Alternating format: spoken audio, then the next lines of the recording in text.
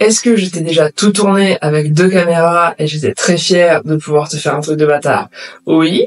Est-ce que finalement, quand j'ai commencé le montage, je me suis rendu compte que la 2e caméra était pourrie? Oui. L'image, c'était ça.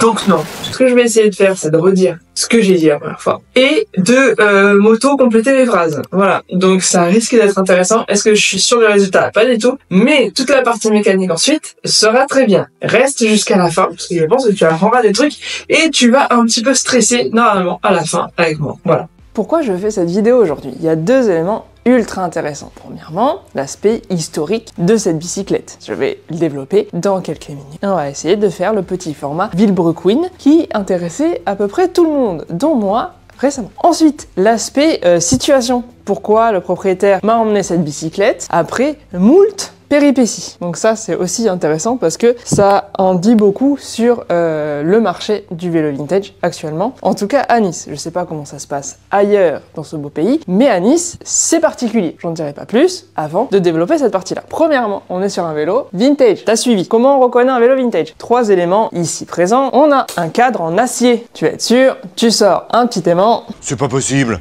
Ah bah si, vous allez voir. Oh là là, c'est génial les aimants. C'est dément. Voilà. C'est de l'acier. Ensuite, les petites oreilles de chat. Ici, là, c'est dégrafé. Je vais t'expliquer pourquoi. Ça a un lien avec notre histoire, tu t'en doutes. Et les manettes au cadre, que tout le monde adore, n'est-ce pas?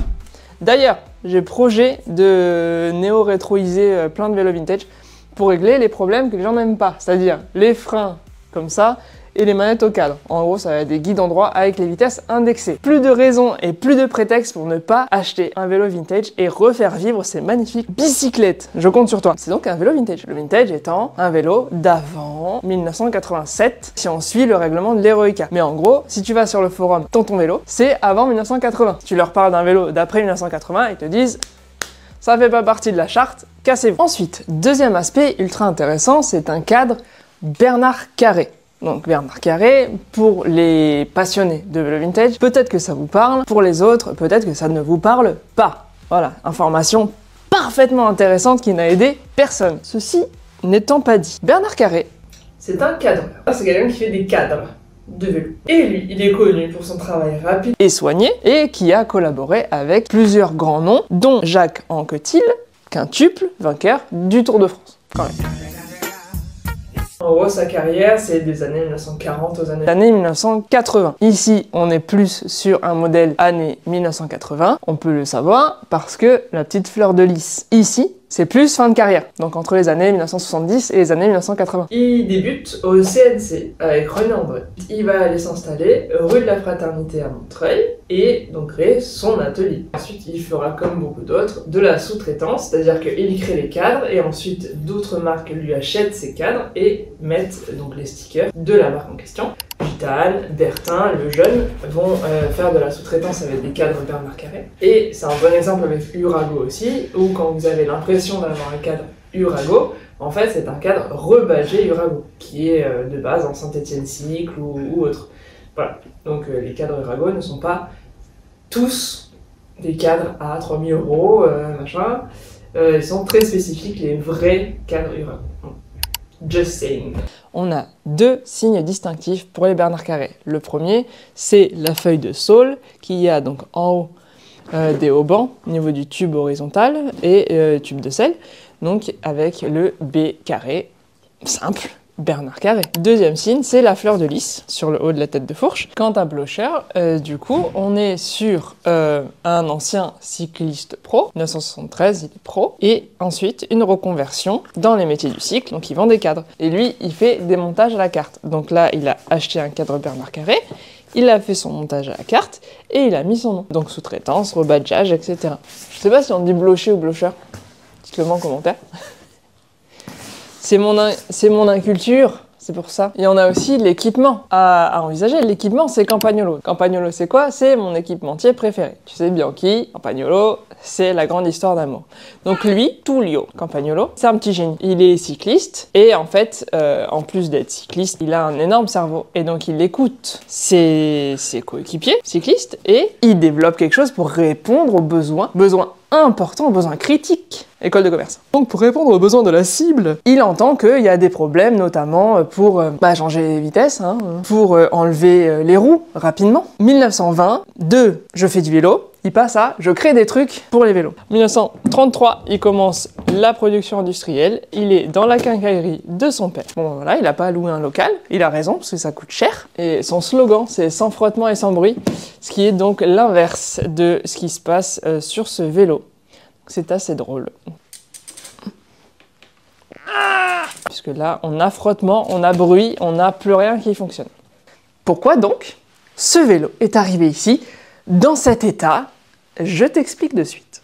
En gros, il m'a contacté, donc le propriétaire, il y a quelques semaines, pour me demander si j'avais des outils Campagnolo que je pouvais lui prêter pour démonter quelque chose sur sa roue arrière, parce que c'était nécessaire.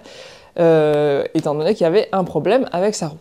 Moi, je lui dis que non, je prête pas mes outils. D'ailleurs, je ne prête toujours pas mes outils. J'avais du mal à comprendre pourquoi spécialement des outils Campagnolo, tout ça. Il dit ok, pas de problème, je vais voir autrement. Il continue ses recherches. Et il me recontacte là pour me dire bon bah voilà, il y a personne qui peut m'aider. Apparemment, je dois changer ma roue, c'est pas compatible les roues récentes. Et c'est parce que c'est un vieux vélo Campagnolo et donc ça pose problème. Je me dis bah attends, un vieux vélo Campagnolo, c'est quand même beau quoi. Je vois pas pourquoi il va poser problème ce vélo. Emmenez-moi quand même la bicyclette. Certes, on prend le risque de payer 20 € parce que si je fais un diagnostic ou un devis, je facture 20 €. Mais à tout moment, j'arrive à régler le problème. Et du coup, il n'y a pas à changer la roue, à galérer et tout. Il me dit bon d'accord. Il avait fait le tour de la ville, il avait eu 0 réponse. Donc, il avait plus trop grand chose à perdre. Sauf 20 €. Ce calcul étant fait, je lui donne rendez-vous et il vient avec la bicyclette. Magnifique bicyclette, un pédalier à tomber par terre. Enfin, vraiment incroyable. Et attends Potter, je me dis ok il y a des rayons cassés, mais pourquoi les autres vélocistes ne vous ont pas changé les rayons? Il me dit oui non, il y en a juste un, il m'a dévoilé, il lui a facturé un dévoilage, mais il lui a pas changé de rayon. Je dis bah ça n'a aucun sens. Enfin tu peux pas dévoiler sans changer de rayon. Là il y en avait 3 quand même cassés, donc bon. Il me dit oui je sais, j'ai pas compris non plus, voilà, donc ça l'a un peu échaudé quoi. Ce que je comprends tout à fait, et c'est pour ça qu'il était un peu réticent à repartir dans le même délire. Quelqu'un qui lui dit oui, de toute façon ça va coûter des sous, machin. Voilà, la personne c'était moi qui disait de toute façon ça va coûter des sous. Je prends la bicyclette et je lui dis bah écoutez, moi ce que je vais faire, je vais essayer de démonter, et puis si en effet c'est un outil très particulier, je le commanderai. On verra, je vois pas pourquoi ça doit être non réparable. Je prends la bicyclette, je l'emmène à l'atelier et on en est là. Donc est-ce qu'il y a vraiment un gros problème sur cette roue libre et je me rends compte que oui, les collègues ne pouvaient pas le faire parce que bon, on peut pas le faire. Ou est-ce que c'est juste l'éternel problème de si tu as un vélo vintage, va voir un atelier spécialisé dans les vélos vintage qui aura les outils compatibles. Parce que les outils de maintenant, pour démonter les cassettes ou les roues libres, c'est standard. C'est le même truc que Shimano, là, avec les cannelures. Et voilà, et c'est tout. Et donc les ateliers récents, ils ont ça comme outil, point. Ils n'ont pas besoin d'acheter tout le reste. Moi, je les ai tous, les autres, ceux des vélos anciens, parce que les roues libres se démontent avec plein d'outils différents quand on est sur du vieux biclou, quoi. Comme on dit. Voilà, donc si ce genre de format avec un peu aussi de l'historique, etc., ça te plaît, tu me mets en commentaire que ça te plaît. Il y a d'autres questions qui vont arriver dans la vidéo où j'ai besoin de tes réponses, pour du vrai, genre le modèle du pédalier et tout, donc si tu connais, tu me dis. Désolé pour les alternances d'images et tout. Quand on est un youtubeur en carton, eh ben on fait de la merde. Et donc voilà, je m'emploie à faire de la merde. Apparemment. Et j'espère que cette vidéo sera bien sortie dimanche. Et comme ça sera la dernière vidéo avant les fêtes de fin d'année, en tout cas les fêtes de Noël, je te souhaite un très joyeux Noël, que tu le passes tranquille dans ton coin, comme moi j'aime bien faire, ou en famille. Passe de très bonnes fêtes de Noël. Je te souhaite plein de cadeaux, ou de la tranquillité juste. On va passer à la mécanique. Qu'est-ce que t'en penses, Potter? Donc la mécanique, je l'ai déjà faite. Donc moi je connais le résultat. L'autre Laureline, elle sait pas encore. Elle pense que ça va être juste simple et que ça va aller comme sur des roulettes, mais pourtant on le sait qu'un vélo vintage c'est fourbe. Des fois il te dit de suite qu'il est pas coopératif, Mais des fois, il te fait croire qu'il est coopératif, et en fait, il te fait des petits coups de Trafalgar à droite à gauche. Là, je pense qu'on peut le renommer Trafalgar. Allez, on y va, pote. Ok, me voilà changé. On va prendre l'outil, on va enlever la roue arrière et on va regarder un petit peu de plus près cette fameuse roue libre qui pose tant de problèmes. En y regardant d'un peu plus près, j'ai juste vu marqué Maillard, donc je pense que c'est même pas une roue libre Campagnolo, donc c'est n'importe quoi. Voilà. Mais non, peut-être que j'ai l'outil. Ça serait cool. Les gants, il est pas sale, il est même très propre, mais toujours mettre les gants. Là, on voit que vraiment, c'est chaud. Chaud patate. Chaud patatounette là. Donc forcément ça a touché bien au niveau du cadre. Donc le pneu il est dead, clairement. Et même ça a poncé le dessus là. C'est impressionnant. Et on a donc nos rayons pétés. Là, ici, manquant. Complètement. Là ici pété, là ici bouge et là ici pété. Donc on a 3 rayons pétés et un qui gigote et quand je bouge la tête de rayon il se passe rien. Je pense qu'elle est bien grippée et donc c'est normal qu'avec cette disposition ça fonctionne pas. Petite Rigida, elle a beau être sympathique, à un moment donné elle peut pas faire des miracles. Voilà. Bon. Allez. C'est qui part. Bon, ça, normalement, c'est une clé pour les vis de manivelle. Mais moi, je l'adore. Bon, là, de l'autre côté, il y a tout qui tourne, donc là, je vais le resserrer. On va attraper ça. Ok, là, c'est bon. C'est avec tout qui tourne, bien resserrer de l'autre côté. Et en général, après, tu arrives à te choper l'ensemble. Tourner aussi dans l'autre sens, et après, tourner dans le bon sens. Je le fais à chaque fois. Et ça marche bien. Hop là, on va mettre un petit peu de gras quand même. Il y a aussi du jeu dans l'axe. Ça, comme je l'ai dit, c'est le dernier des problèmes. Mais une fois que la roue libre sera retirée, on pourra régler le jeu dans l'axe aussi. Wow. Tout en un. Magnifique. Donc c'est bien du Sachs Maillard. C'est pas du Campa. Et c'est avec les 2 petits ergots là. On va aller voir ça sur l'établi. Bon, du coup, je vais chercher l'outil. Hein, on va enlever ça. Je vais prendre ma boîte d'outils. Et on va voir. Les gants. Hop là. J'ai une grosse boîte. Avec tous mes tools dedans. Ceux avec les ergots, il y a lui. Il y a lui. Bon, il y a lui, mais clairement, il me paraît fort grand. Et là, c'est le 4. Je sais pas si je l'utiliserai un jour, celle-là, c'est pour les BMX, je crois. Et ça, c'est le truc standard de maintenant, tu vois. Tout le monde a ça. Et ouais, mais ça marche pas. Ouais, je vais essayer à la rondelle. Voilà, hop. Il y a plusieurs tailles, regarde. Hein. Maintenant, ça, c'est les mêmes, je crois. J'enlève mon écrou. Ah, la rondelle qui empêche de passer. Et après on teste lui. Hop. Bon voilà. On a les 2 petits ergots qui sont bien placés de chaque côté. Hop. Donc ce qu'on va faire, ou vous pouvez remettre le petit écrou là comme ça. Pour que ça maintienne un petit peu. Non, ça va pas trop. Faut juste que ça maintienne. Pas trop serré. Et après, on va venir attraper. Ok, c'est pas la bonne clé. Tout le monde déteste cette clé à molette. Moi, je l'adore. Mais... Et là, on va vers le bas. Voilà. Et on desserre. Dès que ça a bougé, on desserre notre écrou. Et même, on va pouvoir l'enlever hein, si vous sentez que vous n'allez pas riper. Voilà. Quand vous voyez ça se décale, vous replacez votre clé. Ouais, quand ça se décale comme ça. Après, quand vraiment t'as de la chance, tu peux carrément le faire à la main, quoi. Grande gentillesse de la part de cette petite roue libre, qui est toute mignonne. Hop, voilà. Donc on va nettoyer un petit peu ici. Petit à vitre et de l'eau. Hein. Et on a donc accès déjà à l'axe. On va le resserrer ensuite. Et donc aux rayons qui sont tout pétés. Là. Et là. Et la tête aussi, troisième tête là.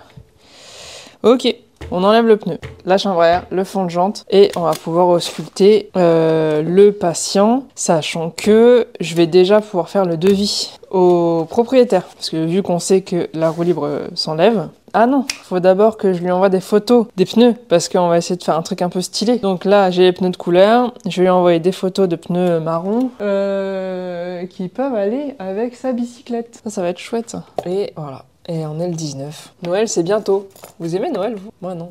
Mais si vous avez envie d'avoir des petits cadeaux pour Noël, eh ben, faut mettre des commentaires et commander des trucs sur le site. Ça, c'est pour après, le jouet du chien. Tiens, pote. Clair, rayon, rayon. Ok. Non, ça, c'est pour maintenant.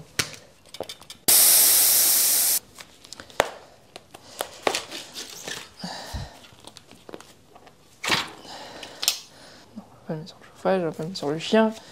On va mettre là. Tu as des petits trous dans le fond de jante aussi. On va virer ça. Fatigué. Des rayons. Peut-être de rayons, c'est le tout là. Ok, on a bien 3 rayons. Ah bah la roue, ça gigote un peu. Hein. Trêve de conneries. Il faut quand même que j'arrive à finir ce vélo. Peut-être mettre un petit coup de stop rouille là. Il pleut.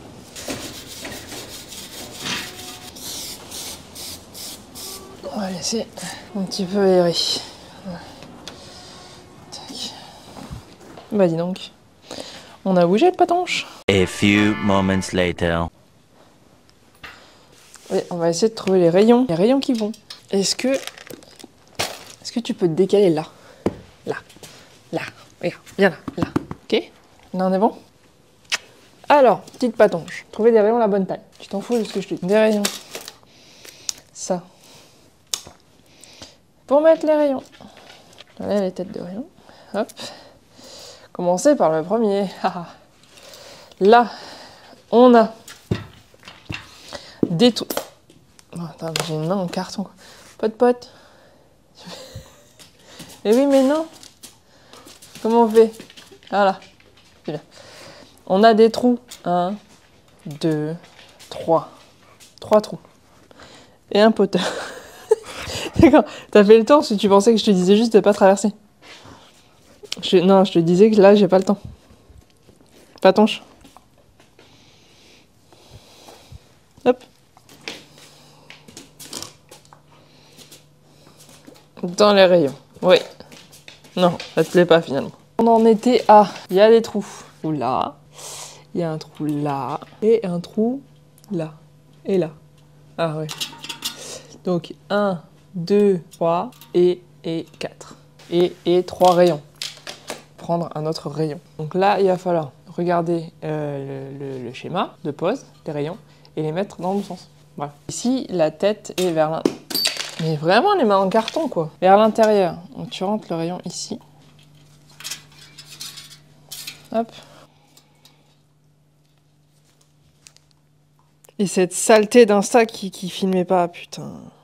Pour disposer les rayons, donc tu regardes le schéma des autres. Ici, il est là. Et le prochain ici, il est là. Donc tu fais 1, 2, 3 et c'est le 4e. Ici, pareil, c'est la tête vers l'intérieur. Hop. Et on est bon sur la taille des rayons hein, pour l'instant. Lui par là. 1, 2, 3, 4. Ok. Donc là, tête de rayon. Rayon. Hop là. N'empêche, trop contente hein, parce que le propriétaire, il a été ravi du fait qu'on puisse éventuellement sauver sa bicyclette. Et il a marqué « Je suis très content ». Alors ça, moi, quand on me dit « Je suis très content », eh ben, je suis aussi très contente. Là, là, on voit la tête. Donc là, c'est tête de ce côté-là. Et donc, ça part vers le bas, comme ça, vers la droite. On est dessous celui-là, on est dessus celui-là. Et entre deux têtes, on a 1, 2, 3, 4 aussi. Bon, ça paraît logique, hein. Dessous, dessus, et... Bon, là, c'est un peu cheaté, il le dit, hein. Donc, tête, là, 1, 2, 3, 4. Ok. C'est con, parce que les images, elles seront jamais aussi bien que je suis en train de les imaginer, tu vois. Alors que, bon, ça pourrait être vraiment chouette. Là, fais voir. au pif, mais... Ouais, même dévoilé. Et le dernier. Donc lui, elle, le trou, il est là. Tête de rayon. Hop. À ce stade, il ne nous manque plus de rayons. Et la roue est quand même voilée. Pourquoi? Parce que il faut dévoiler. J'ai ma petite dévoileuse. Pourquoi est-ce que je suis sur le tapis? Parce que... Avez-vous d'autres questions? Donc là, tu vois la zone problématique. Tu vois aussi que la roue va pas tenir. Oui, bah, c'est probable. Et donc la fixer avec son écrou. Voilà. Là, le but du jeu, c'est avec la clé à rayon, et ben, faire ce qu'il faut. Allez, je vais probablement le faire en accéléré parce que sinon on y est encore. Demain, et il faut que j'ai absolument fini à midi. One eternity later. Et je peaufinerai sur la bicyclette directement tout à l'heure. C'est bon, je vais pouvoir poser ça, mettre un fond de jante, pneu chambre à air, ensuite l'axe, et ensuite on est bon, hein. Je remonte tout. Je sais pas si je te montre le réglage de l'axe, parce que là ça va faire une vidéo trop longue, et comme ça tu peux me dire en commentaire si t'as envie que je le fasse. Si je donne trop alors que ça t'intéresse pas, c'est pas bon. On dira, elle est relou celle-là. Mais si ça t'intéresse, eh ben, je le ferai la prochaine fois. Parce que des axes à régler, à serrer, à machiner, il y en a. Et d'ailleurs, il y a même un axe de ralègue là qu'il va falloir que je refasse entièrement. Il va arriver bientôt. Ça tombe à pic, disons. Hop, couper. Hop là. Pneu. Drive. Drive. Dans le sens de roulement, c'est-à-dire pas celui-là. Chambrère. Chambrère Victoria. N'hésitez pas aussi en commentaire à proposer des sujets, hein. Ça, je sais ce qui peut vous intéresser. Après, tu l'auras compris, ça va vraiment avec ce qui m'arrive à l'atelier, hein. Parfait. Eh ben, c'est pas mal, hein. Je m'occupe de l'axe et je fais le remontage et puis ce sera bon. La bonne graisse. Bon, j'ai réglé le jeu dans l'axe, hein. Hop. On remet bien droit. Si ça force, c'est pas bon. On enlève. Et yank. Ah non. Tu me fais pas le coup de je veux plus alors que c'est fini là. Allez.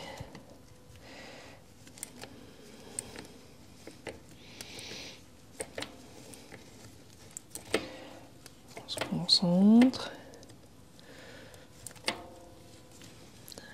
Non. T'es en train de partir sur le côté. T'es en train de partir sur le côté.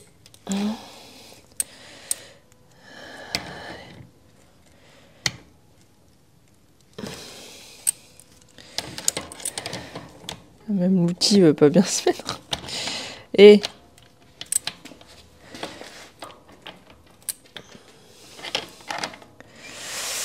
ok.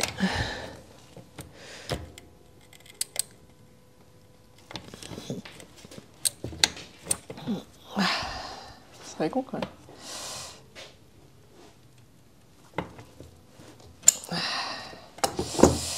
Alors, là, on est sur le cas typique de je travaille sur un vélo vintage.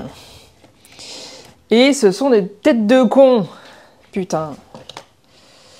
Là, c'est bloqué.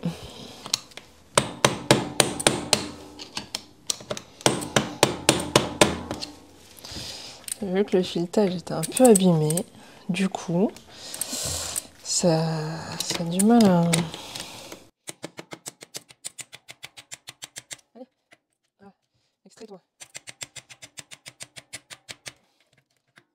C'est quand même très chiant les vélos. Je les adore, hein, mais... Ils peuvent jamais te faire un truc sans qu'il y ait une catastrophe à un moment donné, tu vois. Allez. concentre-toi. Voilà, ça. Faut absolument que ça rentre smooth.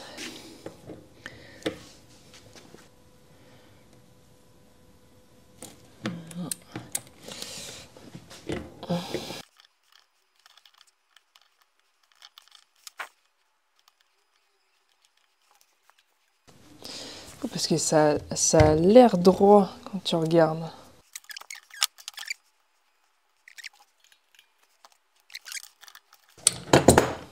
Oh, tu t'es vissé, dévissé tout à l'heure. Pourquoi tu veux plus maintenant?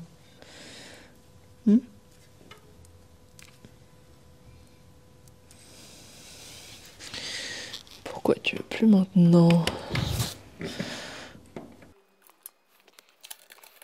Tu vois, tu crois que t'as fini. Tout fait bien nickel. Et là, tu mets 500 ans à visser la roue libre. C'est quand même fou que ça soit toujours comme ça. Et je comprends tellement que mes collègues disent non, non, mais ces vélos-là, on ne fait pas ça. Changer de roue, changer de vélo, changer de... Non, je déconne.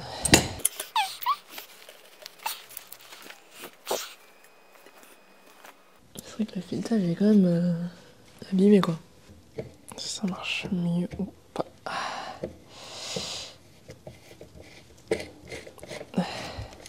Donc ça là se visse. Et toi, non? Pourquoi?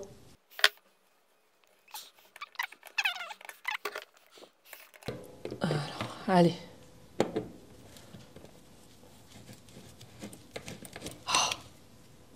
Non? Si. Si.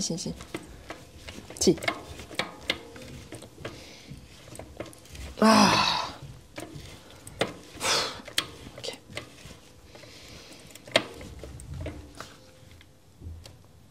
Ah. Est-ce que j'ai flippé ma race? Oui. Ah. Est-ce que c'est finalement un succès? Oui. Oh, stress. Donc il est midi. J'ai pas parfaitement fini. Hein? Ouais, j'espère que j'arrive à te faire le montage et la mia avant 17h. Non. On serait sur une mission accomplie, tu vois. Ça serait sympa. Est-ce que la roue tourne va tourner? La roue tourne va tourner. Lui remettre les freins. Bon, je vais peaufiner le dévoilage. Et on est bon! Mets ton like, mets ton commentaire, j'insiste, mais c'est super important. Et voilà, et puis je vais rendre le vélo à son propriétaire tout à l'heure. Peut-être qu'il mettra un petit commentaire sous la vidéo, ou sinon, juste, voilà, j'espère qu'il sera très content de retrouver sa bicyclette en état et pas toute pétée.